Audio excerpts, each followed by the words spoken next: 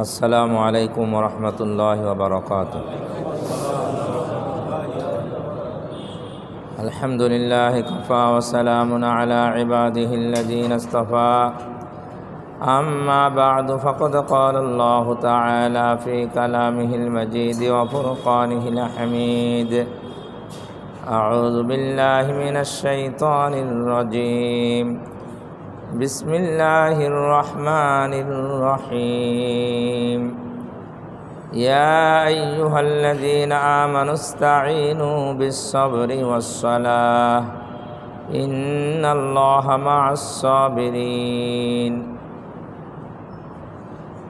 وقال تعالى: ولنبلونكم بشيء من الخوف والجوع ونقص من الأموال والأنفس والثمرات وبشر الصابرين الذين إذا أصابتهم مصيبة قالوا إنا لله وإنا إليه راجعون أولئك عليهم صلوات من ربهم ورحمة وأولئك هم المهتدون. صدق الله العظيم. সম্মানিত মুসলিয়ানে কেরাম, সমস্ত প্রশংসা আল্লাহ সুবহানাহু ওয়া তাআলার জন্য, যিনি আমাদেরকে ঈমান দান করেছেন। এই জন্য আল্লাহ তাআলার দরবারে কালিমাত শুকর আদায় করি, সকলেই পড়ি আলহামদুলিল্লাহ।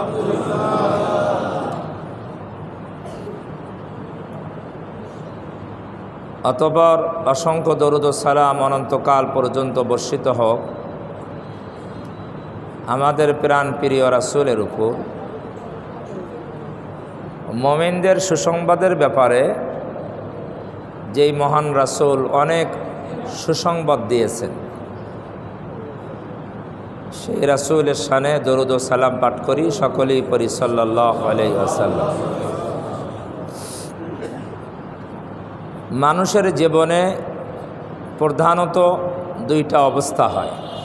মানুষের জীবনে প্রধানত দুইটা অবস্থা হয়। একটা অবস্থা হলো সুখ শান্তি, সচ্ছলতা, আরাম আয়েশ, সুস্থতা, নিরাপত্তা, এটা একটা অবস্থা।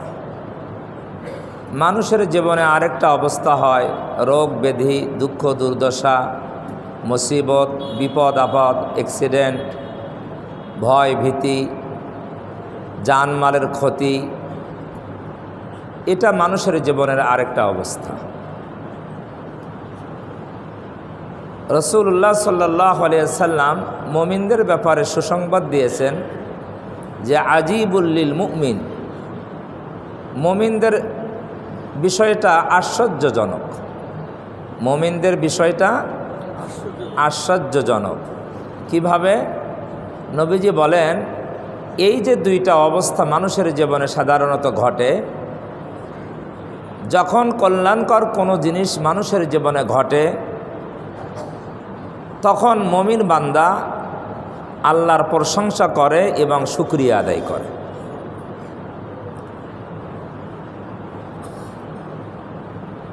যারা মুমিন হয় তারা এই অবস্থায় আল্লাহর পক্ষ থেকে এই কল্যাণ পেলে তারা আল্লাহর প্রশংসা করে এবং শুকরিয়া আদায় করে। আর আল্লাহর প্রশংসা, আল্লাহর শুকরিয়ার দ্বারাই তার কল্যাণ হয়। মুমিনের কি হয়? কল্যাণ হয়। মুমিনের জীবনে যখন দুঃখ দুর্দশা, মুসিবত, বালা মুসিবত, অ্যাক্সিডেন্ট, জানমালের ক্ষতি ইত্যাদি বিপদ আপদ আসে, তখন মুমিন আল্লাহর প্রশংসা করে এবং ধৈর্য ধারণ করে। কি করে? ধৈর্য ধারণ করে। রাসূল সাল্লাল্লাহু আলাইহি ওয়াসাল্লাম বলেন, এই অবস্থায়ও মুমিন কল্যাণ প্রাপ্ত হয়। বিপদে পড়ে যখন ধৈর্য ধারণ করে তখন কি হয়? কল্যাণ প্রাপ্ত হয়। এই জন্য রাসূল বলেন মুমিনের বিষয়টা আশ্চর্যজনক। মানুষের জীবনে তো মূলত দুইটা অবস্থা, যে অবস্থায় সে থাক না কেন উভয় অবস্থায় সে কল্যাণপ্রাপ্ত হয়। উভয় অবস্থায় কি তার এটা কি আশ্চর্যজনক না? হ্যাঁ, আশ্চর্যজনক। আপনি ভালো থাকলেও কল্যাণপ্রাপ্ত, খারাপ থাকলেও কি? এই কল্যাণপ্রাপ্ত হওয়ার চাবিকাঠি কি? চাবিকাঠি হলো দুইটা। ভালো থাকলে শুকরিয়া আদায় করবেন, আর মন্দ থাকলে ধৈর্য ধারণ করবেন। দুইটা হলো চাবিকাঠি এই কল্যাণ প্রাপ্তি। আমাদের সদা সর্বদা এই বিষয়টা মনে রাখতে হবে, সদা সর্বদা, যে আমাদের জীবনের যে কোনো একটা অবস্থা চলে আসতে পারে যে কোনো মুহূর্তে। আমি এই সুস্থ আছি, আল্লাহ না করুন মুহূর্তের মধ্যে কি হয়ে যেতে পারি, হতে পারি কি না? মুহূর্তের মধ্যে। আবার মুহূর্তের মধ্যে সুস্থ হয়ে যেতে পারি। একটা জ্বলন্ত ঘটনা বলি, গত কিছুদিন আগের ঘটনা বোধহয়। জামাত ইসলামের একটা অনুষ্ঠান হয়েছিল ঢাকায় সরোয়ার্দী উদ্যানে। জামাতের আমির বক্তব্য দিচ্ছিল, হঠাৎ করে কি হয়ে গেলেন? অজ্ঞান হয়ে পড়ে গেলেন। আবার ধরাধরি করে কি করলেন? উঠাইলেন, আবার কথা শুরু করলেন, আবার কি হয়ে গেলেন? তাহলে মানুষ অসুস্থ হয়ে যাওয়া, অজ্ঞান হয়ে যাওয়া, এটা কি সময় লাগে? মুহূর্তের মধ্যে আমরা যে কোনো ব্যক্তি অজ্ঞান হয়ে যেতে পারি, আবার আল্লাহ তাআলা মুহূর্তের মধ্যে কি করে দিতে পারেন? সুস্থ করে দিতে পারেন। যিনি পারেন তিনি সর্বময় ক্ষমতার কি অধিকারী। যিনি এটা পারেন তিনি সর্বময় ক্ষমতার অধিকারী। আমাদের সদা সর্বদা এই ঈমানের এই বিষয়গুলা মনে প্রাণে বিশ্বাস করা দরকার, এবং এর বিপক্ষে কোনো অবস্থান না নেওয়া দরকার। আমরা অনেক সময় বিপক্ষে কোনো কিছু ঘটে গেলে বিপক্ষ কি নেই, অবস্থান নেই, অনেক যুক্তি দাঁড় করাই, অনেক কিছু ঘটাই। আমাদের দেশে গত সোমবারে একটা দুর্ঘটনা ঘটেছে, দুপুর একটা এই 8-10 মিনিটের মধ্যে প্রশিক্ষণ বিমান দুর্ঘটনা। এখন এটা নিয়ে গবেষকেরা, বুদ্ধিজীবীরা অনেকেই পক্ষে বিপক্ষে অনেক কিছু কি মতামত দিচ্ছে। কেউ বিরোধিতা করতেছে, কেউ পরামর্শ দিচ্ছে, কেউ সপক্ষে, কোনো কুলকিরানা নাই।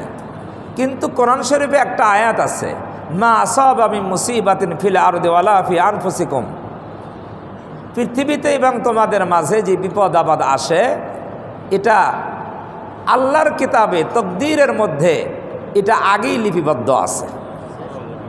আগে কি আছে? আহা কোরআন শরীফের আয়াত বলছি, এমন লিপিবদ্ধ যে কলমের কালি শুকে গেছে, এটা আর পরিবর্তন ঘটবে না। এখন আমরা যারা মুমিন মুসলমান, যখন যে ঘটনায় ঘটুক, এটা যদি মানুষের মাধ্যমে হয় তাহলে সেই মানুষটা কি হবে? দায়ী হবে। ঘটনা তো ঘটবেই, কিন্তু কেউ যদি এটা ইচ্ছে করে ঘটায় তাহলে সে কি হবে? অপরাধী হবে, দায়ী হবে। আর যদি অনিচ্ছায় হয়ে যায় তাহলে তাকে দায়ী করা যায় না। কোরআন হাদিসের দৃষ্টিকোণ থেকে অনিচ্ছায় হয়ে গেলে তাকে দায়ী করা যায় না। এখন বিমান দুর্ঘটনার বিষয়টা অনেক বিশদ। এটা কি ইচ্ছে করে হয়েছে না অনিচ্ছায়? আপনারা কি মনে করেন? হ্যাঁ, ইচ্ছে করে। যদি ইচ্ছে করে হয়তো তাহলে পাইলট বেঁচে যেত, ঠিক কি না? ইচ্ছে করে দুর্ঘটনা ঘটে ও নিজে কি হইতো? সেফ হইতো। কিন্তু নিজে কি সেফ হয়েছে? না, বরং নিজেও শহীদ হয়ে গিয়েছে। এই জন্য ঘটনার এই আগের পেছনের বাস্তবতা দেখে মনে হয় এই ঘটনাটা ইচ্ছা করে হয়নি। এখন বলবেন, অনেকেই বলতেছে গবেষকেরা, এই বিমানটা অনেক পুরাতন, 66 সালের বিমান, অনেক পুরাতন। এই বিমানটা এখনও রাখছে কে? এটা একটা যুক্তির কথা, তাই না? আর এর পেছনে উত্তর কে দিবে? এটা উত্তর তো সরকারকে দিতে হবে, আমরা পাবলিক দিতে পারবো? এর পেছনে অনেক যুক্তি, পক্ষ বিপক্ষ অনেক কথা বলতে পারেন, বলতে পারবেন, বলা যাবে।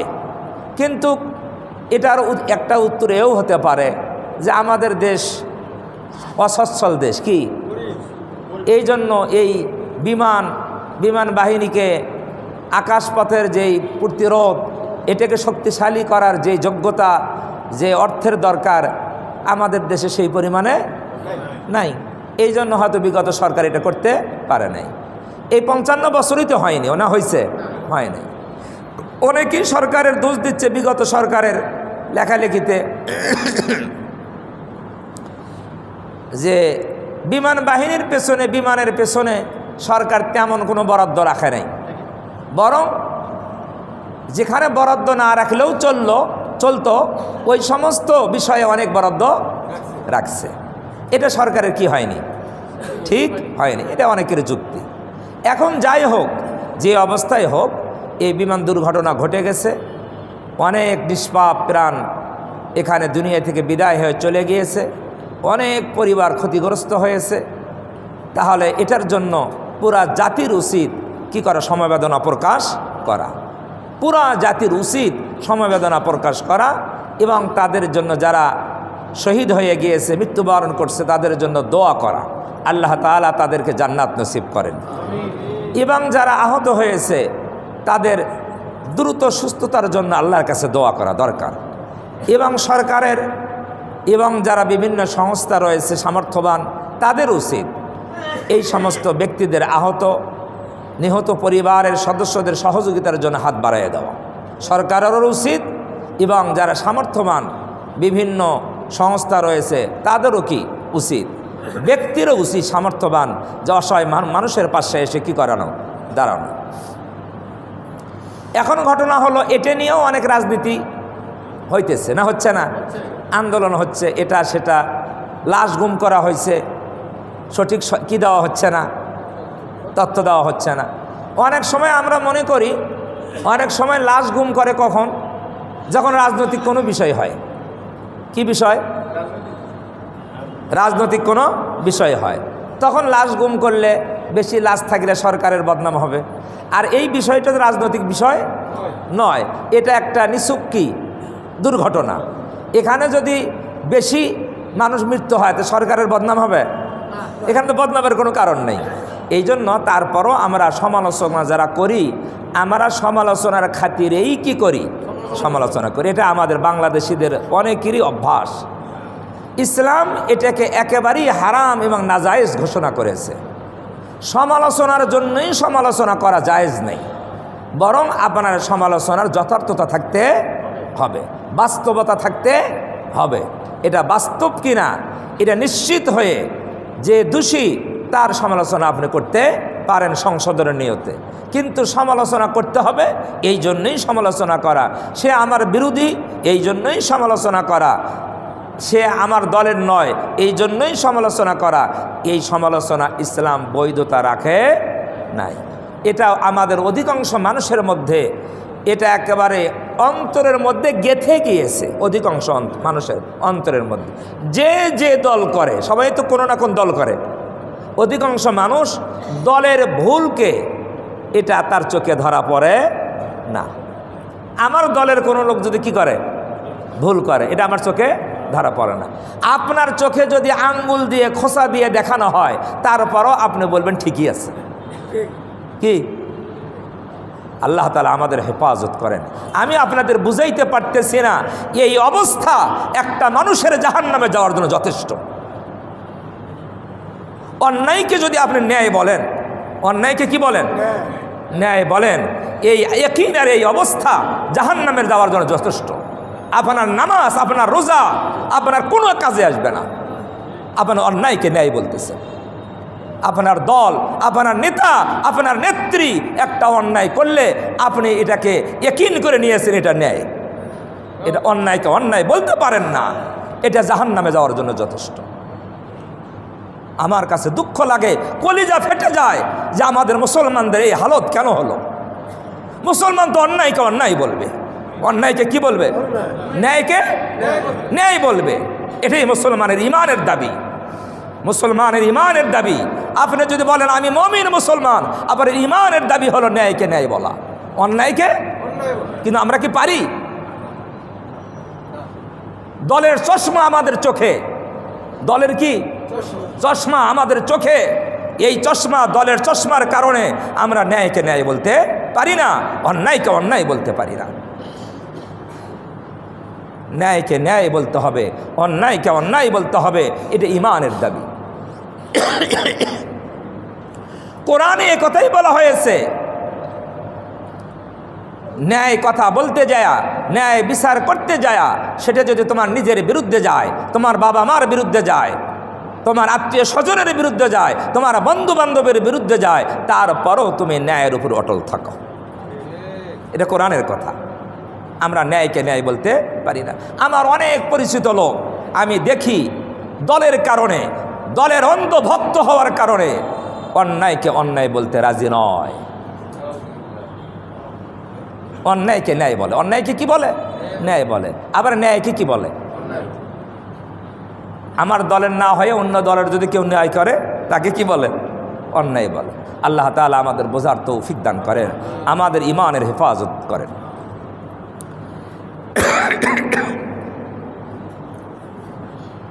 বিপদ আপদ দিয়ে আল্লাহ তাআলা পরীক্ষা করেন। কি করেন? পরীক্ষা করেন। কোরআন শরীফের সূরা বাকারা 2 পারা 2 নম্বর পৃষ্ঠাে যে আয়াত আমি পড়েছি, এই আয়াতের মধ্যে আল্লাহ তাআলা কয়েক ধরনের বিপদের কথা বলছেন। আল্লাহ বলেন, ওয়ালানাবলুওয়ান্নাকুম বিশাইইম মিনাল খাউফি ওয়াল জুই ওয়া নাকসিম মিনাল আমওয়ালি ওয়াল আনফুসি ওয়াস সামারাত। আল্লাহ বলেন, আমি অবশ্যই তোমাদেরকে পরীক্ষা করব। অবশ্যই তাকিদ দিয়েছে, গুরুত্ব দিয়েছে, অবশ্যই তোমাদেরকে পরীক্ষা করব। কিভাবে? বিশাইইম মিনাল খাউফি ওয়াল জুই ওয়া নাকসিম মিনাল আমওয়ালি ওয়াল আনফুসি ওয়াস সামারাত। ভয় ভীতি দিয়ে পরীক্ষা করব। কি দিয়ে? ভয়, আশঙ্কা। অনেক সময় আমরা ভয়ে পড়ে যাই না? ভয়, শত্রুর ভয় হতে পারে, বিভিন্ন ধরনের ভয় হতে পারে, হিংস্র প্রাণীর ভয় হতে পারে, বিভিন্ন ধরনের ভয়ের বহু ধরন আছে। অভাবের ভয় হতে পারে, অভাবের ভয় আছে না? অসুস্থতার মানুষ ভয় আছে না?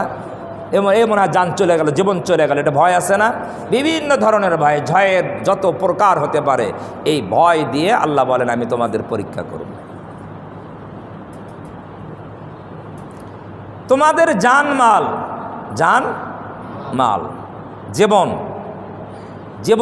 জীবনের ক্ষতি, সম্পদের ক্ষতি, ফল ফসলের ক্ষতি দিয়ে আমি তোমাদের কি করব? পরীক্ষা করব। জীবনের ক্ষতি কি? এটা জীবনের ক্ষতি রোগ ব্যাধি হতে পারে, অসুস্থতা, রোগ ব্যাধি, এগুলোর দ্বারা তো জীবনের কি হয়? ক্ষতি হয়। এগুলোর দ্বারা পরীক্ষা হবে। আর জীবনের চূড়ান্ত ক্ষতি হলো মৃত্যু। চূড়ান্ত ক্ষতি কি? মৃত্যু। তার মৃত্যু দিয়ে তোমাকে কি করব? পরীক্ষা করব। ওয়াস সামারাত, ফল ফ্রুট, ফসলের কথা বলা হয়েছে। কোন মুফাসসির এর অর্থ করেছেন সামারাত যে ফসল, এটা সন্তান সন্ততি। আমাদের ফসল না, আমাদের সন্তানরা কি? তারাও তো আমাদের ফসল। তাহলে বাগানের ফসল, জমির ফসল যেমন, মানুষের ফসল কি? সন্তান, ফসল। আর কোরআন শরীফে তো এই নারীদেরকে ক্ষেতের সাথে কি করা হয়েছে? তুলনা করা হয়েছে। ফাতু হারসাকুম আন্না শিইতুম। স্ত্রীদেরকে কিসের সাথে তুলনা করা হয়েছে? শস্যক্ষেত্র। তাহলে স্ত্রীরা যদি শস্যক্ষেত্র হয়, তাহলে এই স্ত্রীর মাধ্যমে তো আমরা সন্তান পাই। তাহলে সন্তানগুলো আমাদের ফসল না? ফসল। এই জন্য কোনো মুফাসসিরিনে কেরাম ওয়াস সামারাত, এই ফল ফসলের নোকসান এর দ্বারা, যেমন জমিনের ফসল, গাছের ফল ফ্রুট, এগুলোর ক্ষতি বুঝাইছে, তেমনিভাবে সন্তানাদির ক্ষতিও, নোকসানও বোঝানো হয়েছে। এখন ধরেন বিমান দুর্ঘটনায় যেই অনেক শিশু, নিষ্পাপ শিশুরা যে তাদের জীবন চলে গেল, তারা আহত হলো, ক্ষতিগ্রস্ত হলো, তাহলে ওই পিতামাতা কি তাদের সন্তান ক্ষতিগ্রস্ত হলো না? হলো কি না? হলো না?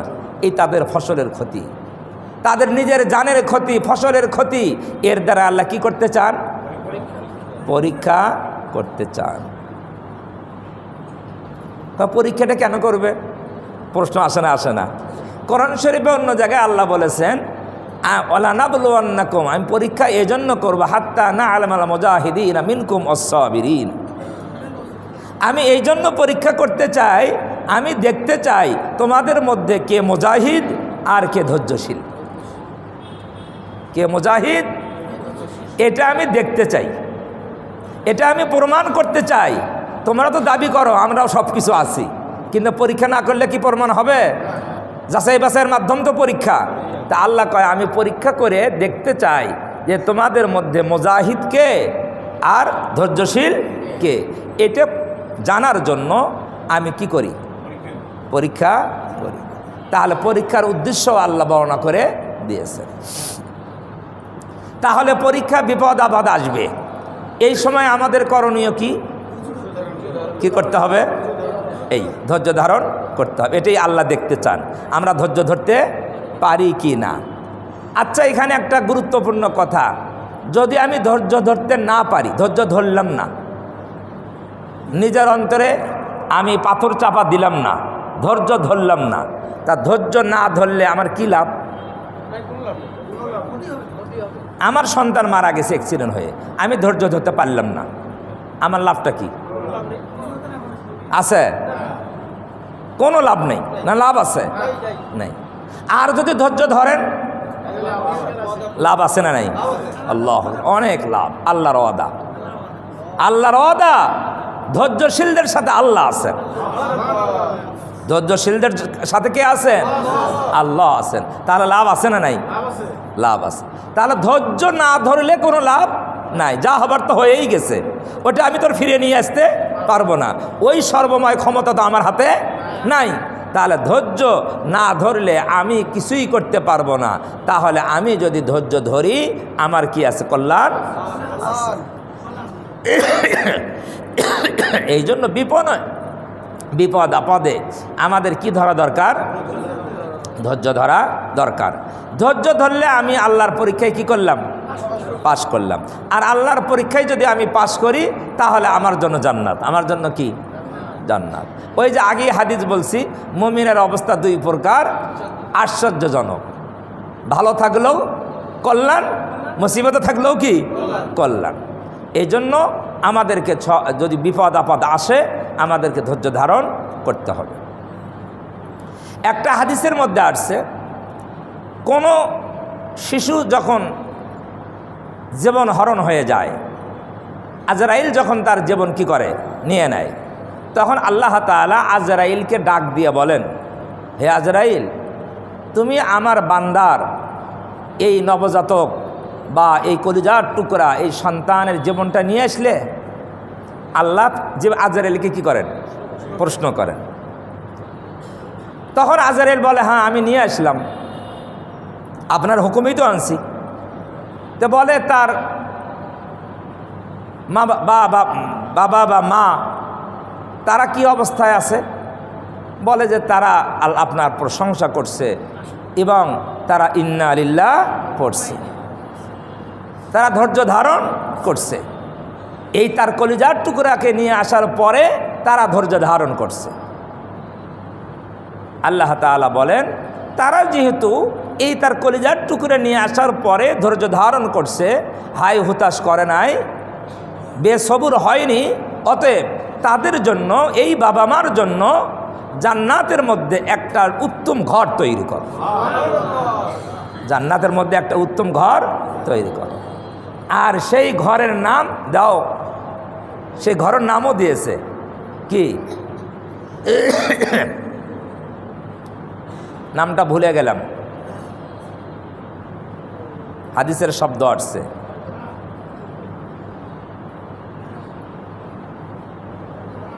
বাইতুল হামদ। সুন্দর এক ভাই বলছে বাইতুল হামদ, বাইতুল হামদ, প্রশংসার ঘর। কিসের ঘর? প্রশংসার ঘর, বাইতুল হামদ। তাহলে বাবা মার যখন কলিজার টুকরা আল্লাহ নিয়ে নেন, তখন বাবা মা যদি ধৈর্য ধারণ করে, আল্লাহ তাআলা তার জন্য জান্নাতের মধ্যে একটা ঘর নির্মাণ করার আদেশ দেন। সেই জান্নাতের ঘরের নাম হলো বাইতুল হামদ। বিপদ আপদ আসার আরেকটা কারণ হাদিসে বর্ণনা করা হয়েছে। হাদিসে কি করা হয়েছে? রাসূলুল্লাহ সাল্লাল্লাহু আলাইহি সাল্লাম বলেন, আল্লাহ তাআলা কোনো ব্যক্তির একটা মর্যাদা নির্ধারণ করেন।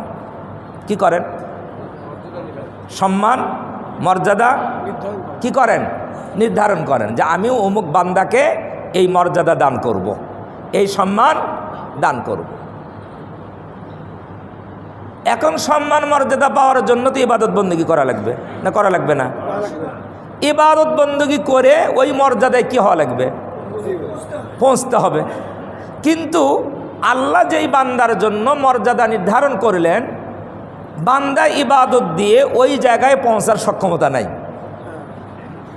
কি নাই? মানে ইবাদত কম। ইবাদত কি কম, কিন্তু আল্লাহ নির্ধারণ করলেন তাকে ওই বিশাল একটা মর্যাদা দিবেন। কিন্তু ওই জায়গায় পৌঁছতে যেই পরিমাণ ইবাদত দরকার, ওই পরিমাণ ইবাদত বান্দার নাই। তাহলে ওই আল্লাহ নির্ধারণ করলেন মর্যাদা দিবেন, পৌঁছার জন্য তার ক্ষমতা ইবাদতের মাধ্যমে নাই। এই জন্য হাদিসে আল্লাহ রসুল বলেন, আল্লাহ সুবহানাহু ওয়া তাআলা ওই বান্দার উপর বিপদ আপদ পাঠাইয়ে দেন। কি করেন? বিপদ আপদ পাঠাইয়ে দেন। এই বিপদ আপদ যখন তার উপরে আসে, আর বান্দা যখন ওই বিপদ আপদ আসার পর ধৈর্য ধারণ করে, এর কারণে আল্লাহ ওই মর্যাদার আসনে তাকে পৌঁছাইয়ে দেন। আমরা আসলে বুঝি না, আমরা না বুঝে আল্লাহর বিরোধিতা করি। হ্যাঁ, এই নিষ্পাপ শিশুগুলোর উপরে এই ঘটনা ঘটা দরকার ছিল? হ্যাঁ, কথা বোঝেন নাই? এদের কোনো দোষ আছে? কোনো গুনাহ আছে? কোনো গুনাহ নাই, নিষ্পাপ। তো এদের উপরে বিমানটা পড়া লাগবে, ফাঁকা মাঠে পড়তে পারে নাই। দোষটা কার উপরে যায়? আল্লাহর উপরে। নাউযুবিল্লাহি মিন যালিক। কিন্তু আল্লাহর হিকমত তো আমরা বুঝতে পারি নাই।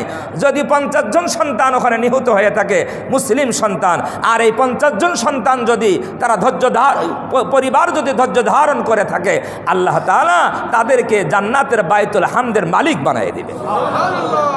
হয়তো এই বাবা মা তার আমলের দ্বারা জান্নাতে পৌঁছার সক্ষমতা রাখে না।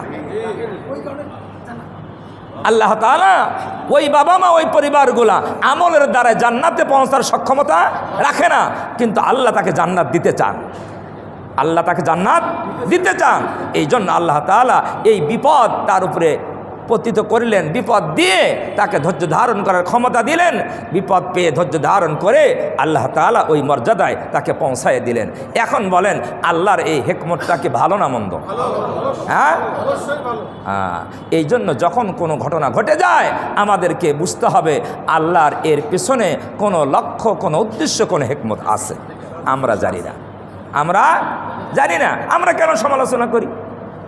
আমাদের ইমানের হেফাজত করা দরকার, আল্লাহর হিকমতের উপর আস্থা রাখা দরকার। এই এতগুলা পরিবারকে আল্লাহ জান্নাতি বানাবেন, আল্লাহর হিকমত আমরা বুঝি না, আমরা বুঝি না। আল্লাহ তাআলা আমাদের বোঝার তৌফিক দান করেন। আল্লাহ তাআলা আমাদের বোঝার তৌফিক দান করেন। সেই ঈমান নিয়ে আমাদেরকে আমলের অবস্থায় থাকার তৌফিক দান করেন।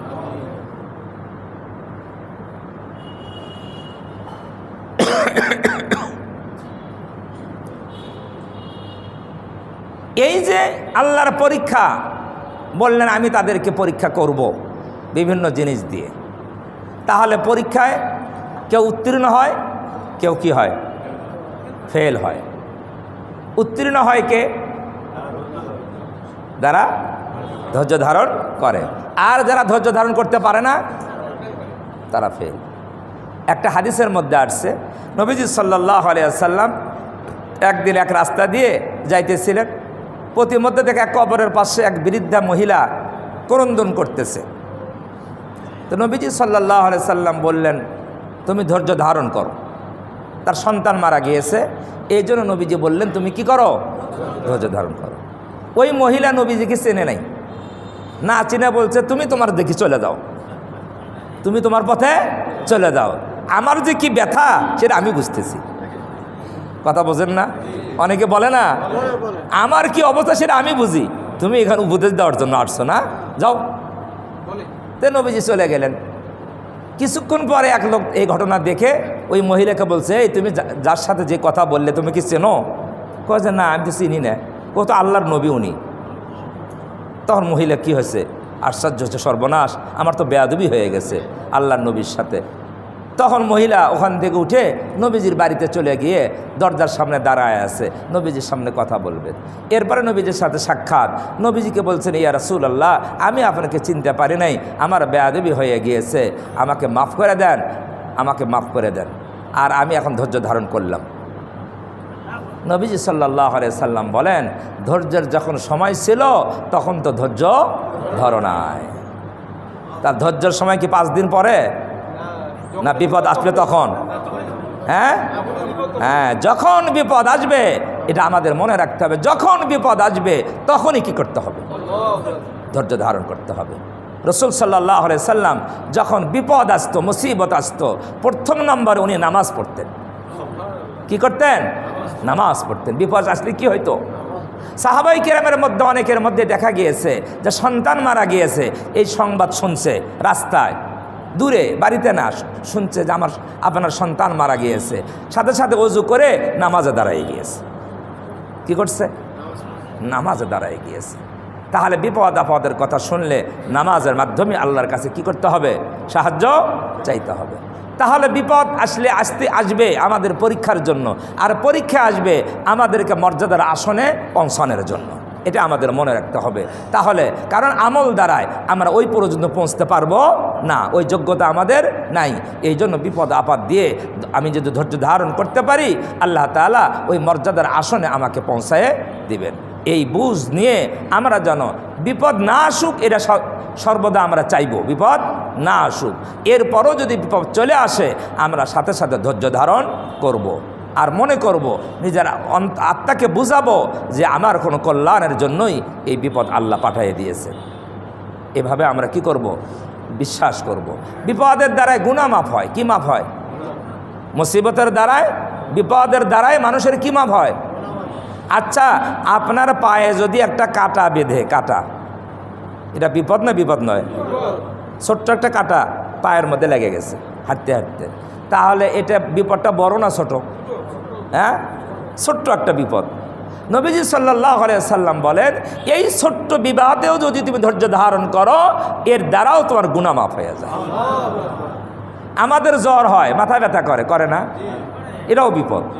এটাও কি বিপদ? নবীজি বলেন, এই জ্বর, মাথা ব্যথা তুমি যদি ধৈর্য ধারণ করতে পারো, এর দ্বারাও তোমার গুনাহ মাফ হয়ে যায়। তাহলে যে কোনো বিপদে ধৈর্য ধারণ করলে কি হয়? গুনাহ মাফ হয়। আল্লাহ তাআলা বলেন, ইয়া আইয়ুহাল্লাযীনা আমানুস্তাঈনু বিস-সাবরি ওয়াস-সালাহ, ও ঈমানদারেরা, তোমরা বিপদ আপদ যখন চলে আসবে, বিপদের সময় কি করবে? নামাজ এবং ধৈর্যের মাধ্যমে আল্লাহর কাছে সাহায্য চাও। ইস্তাঈনু বিস-সাবরি ওয়াস-সালাহ, নামাজ এবং ধৈর্য, নামাজ এবং কি? ধৈর্য। এই দুইটা আমলের মাধ্যমে তোমরা আল্লাহর কাছে সাহায্য চাও।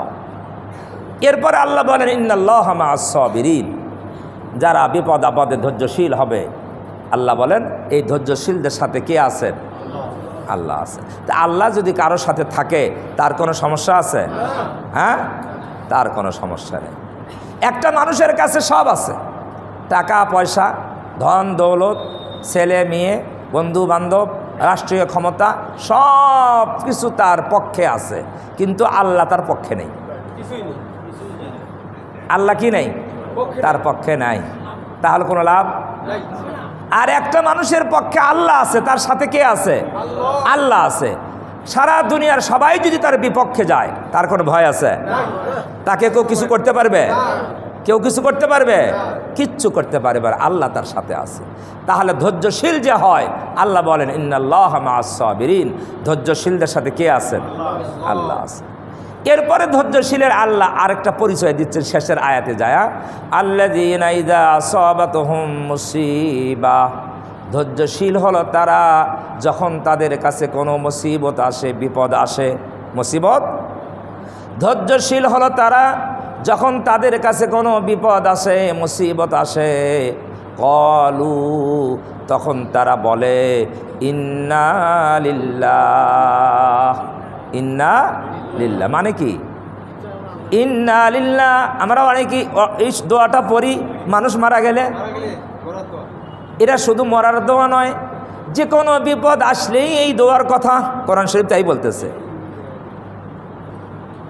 ধৈর্যশীল তারা যখন তাদের কাছে কোনো বিপদ আসে, কোনো বিপদ আসে, মুসিবত আসে, তখন কলু তারা বলে ইন্না লিল্লাহ, আমরা আল্লাহর জন্য, আমরা আল্লাহর। আমরা কার? আমরা আল্লাহ। এই কথা বলে কি বোঝানো হয়েছে? আমরা আল্লাহর। আমরা আল্লাহর এই কথা বলে বোঝানো হয় আমার জীবনকে আমি আল্লাহর জন্য উৎসর্গ করলাম। আল্লাহ যে অবস্থায় আমাকে রাখবে আমি ওই অবস্থায় সন্তুষ্ট। এরই তো মর্ম। আল্লাহ যখন যে অবস্থায়, যেখানে যে অবস্থায় রাখুন না কেন, আমি সেই অবস্থা আল্লাহর প্রতি রাজি এবং খুশি। এটাই হলো আয়াতের মর্ম। ইন্না লিল্লাহ, আমরা তো আল্লাহর। এরপরে ওই মুসিবতগ্রস্ত ব্যক্তিরা বলে ওয়া ইন্না ইলাইহি রাজিউন, নিশ্চয় আমরা ওই আল্লাহর দিকেই প্রত্যাবর্তন করব। আমরা আল্লাহর, যাব কার কাছে? আল্লাহর কাছে। বিপদ আসলেই এই দোয়া পড়ে, বিপদ আসলেই এই দোয়া পড়ে, ইন্না লিল্লাহি ওয়া ইন্না ইলাইহি রাজিউন।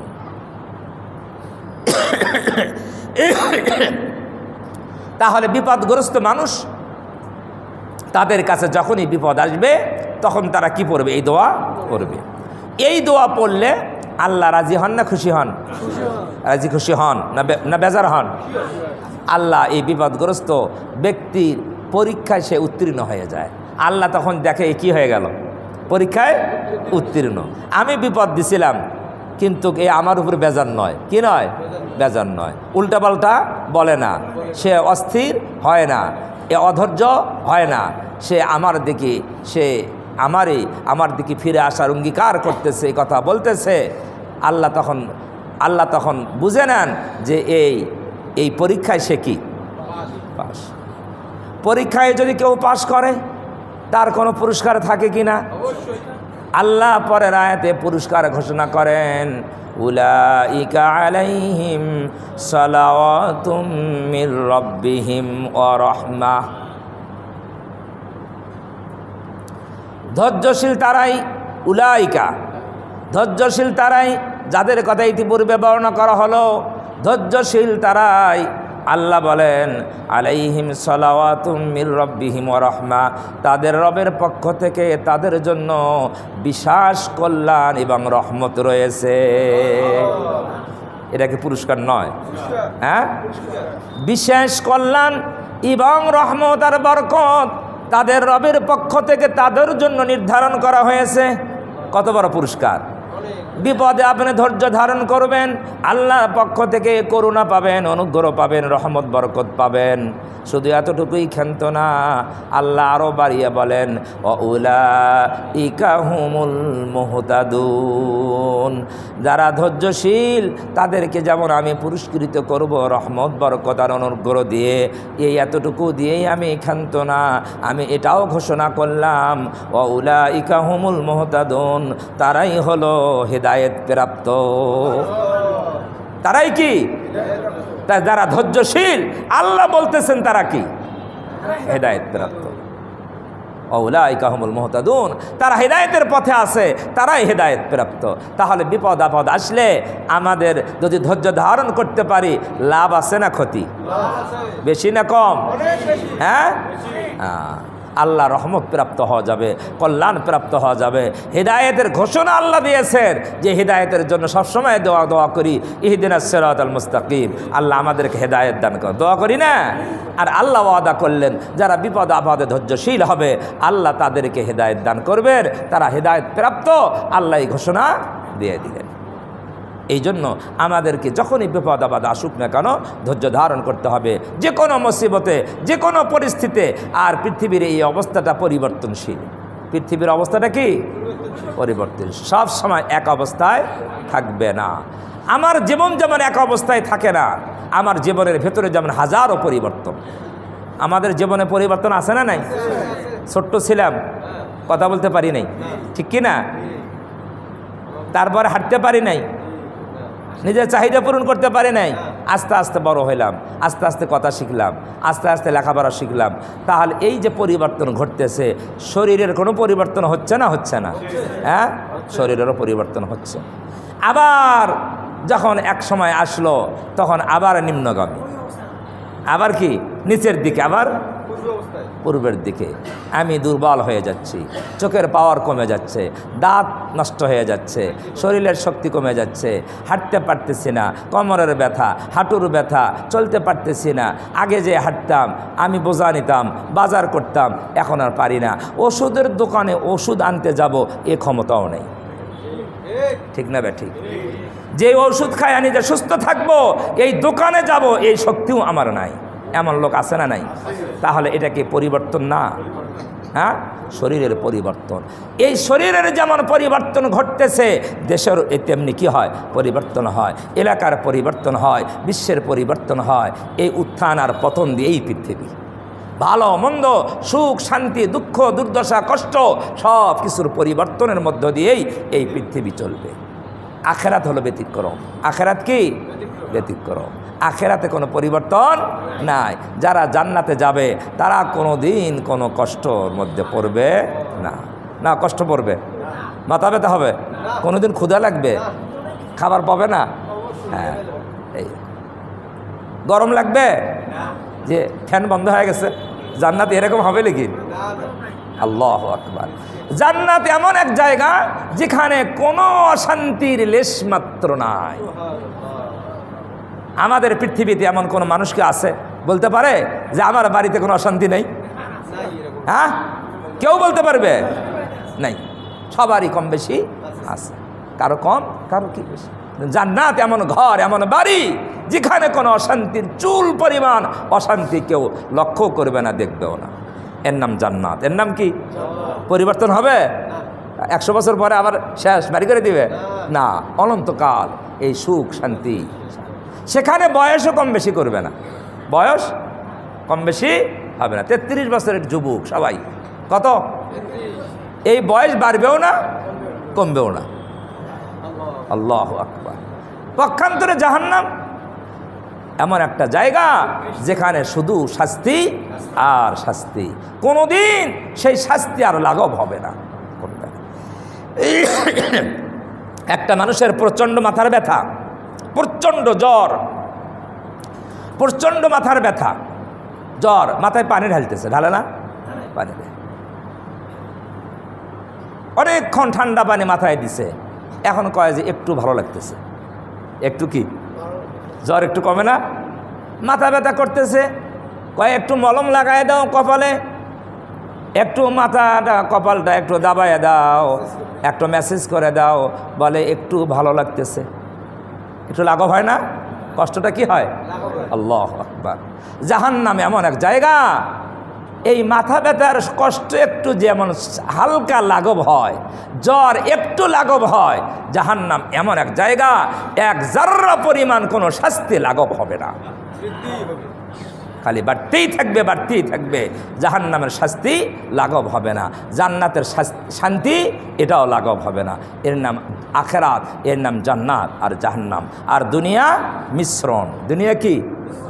ভালো মন্দ, সুখ দুঃখ সব কিছু মিলিয়েই কি দুনিয়া।